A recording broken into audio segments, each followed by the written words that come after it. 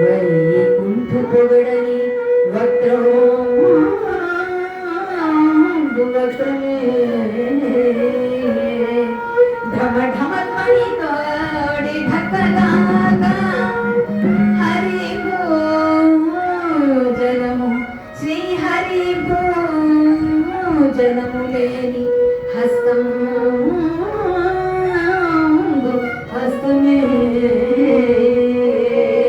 తరుషాఖనిర్మిత దర్భిగాత కమలేసు చూడని కన్నులు కన్నులే కమలేసు చూడని కన్నులు కన్నులే తను పుణ్యజాల రంధ్రములుగాక చక్రి చింతలేని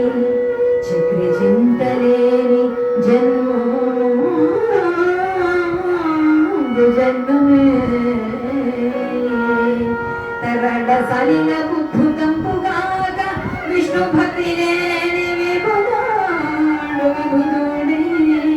పాదయుగముతోడి పశువుగాక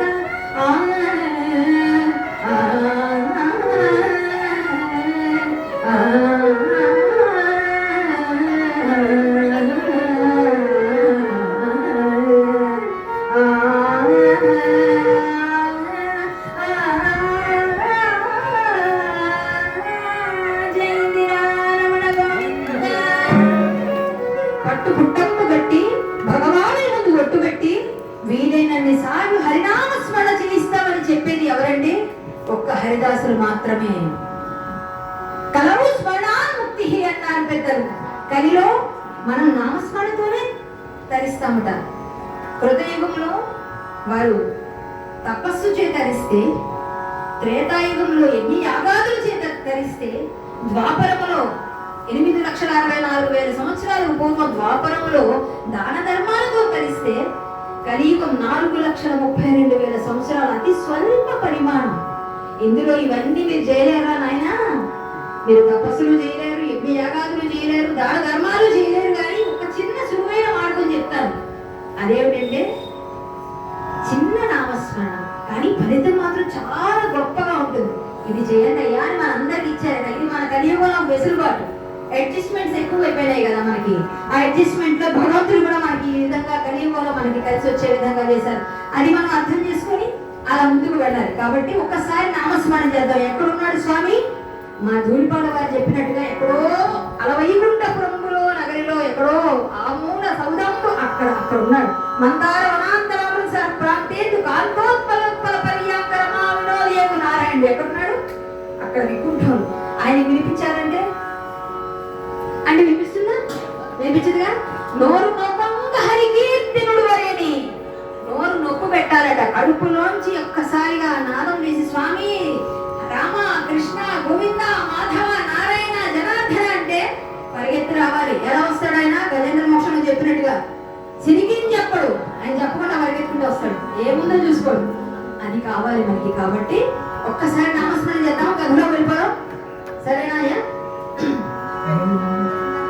పాండవ వరదాయని పాడరే అందరూ